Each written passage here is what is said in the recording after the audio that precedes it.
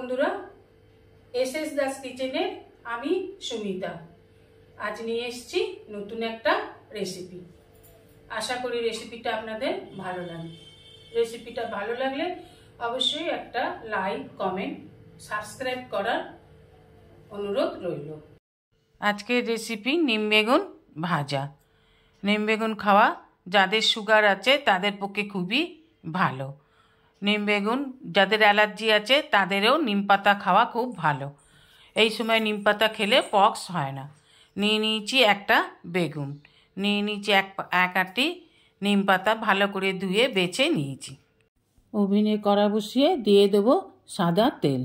তেল গরম হয়ে গেলে দিয়ে দেবো বেগুনগুলোকে একটু নেড়ে চেড়ে নিয়ে ভালো করে তেলের সাথে মিশিয়ে নিয়ে দিয়ে দেবো পরিমাণ মতন লবণ, পরিমাণ মতন হলুদ দিয়ে ভালোভাবে নেড়ে চেড়ে দিয়ে দেবো ঢাকা। এই ঢাকা দিয়েই বেগুনটাকে নরম করে ভেজে নিতে হবে। বেগুনে ঢাকা দিয়ে দিলে বেগুন খুব তাড়াতাড়ি সিদ্ধ হয়ে যায়। বেগুন ভাজা হয়ে গেছে, এবার বেগুনগুলোকে তুলে নেব। এবার এই তেলেই দিয়ে দেবো নিম পাতাগুলোকে নেড়ে চেড়ে ভেজে নিতে হবে। যেসব বন্ধুরা আমার চ্যানেলটিকে সাবস্ক্রাইব করে আমার পরিবারের সদস্য হয়েছেন তাদের অসংখ্য ধন্যবাদ।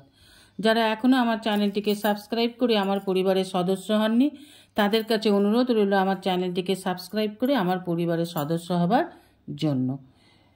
নিম পাতাগুলো ভাজা হয়ে গেছে, এবার দিয়ে দিলাম বেগুনটা দিয়ে ভালোভাবে নাড়াচাড়া করে নামিয়ে নিলেই তৈরি নিম বেগুন ভাজা। যারা নিম পাতা অত্যাধিক তিতার জন্য নিম পাতা খান না, এইভাবে নিম পাতার সাথে বেগুন দিয়ে ভেজে খাবেন, এত বেশি তেতো লাগবে না। নিম পাতা খাওয়া খুব ভালো, তাই নিম বেগুনের সাথে ভেজে নিম পাতা খাওয়ার চেষ্টা করবেন। আশা করি রেসিপিটা আপনাদের ভালো লেগেছে। আপনার অমূল্য সময় দিয়ে ভিডিওটি সম্পূর্ণ দেখার জন্য আপনাকে অসংখ্য ধন্যবাদ।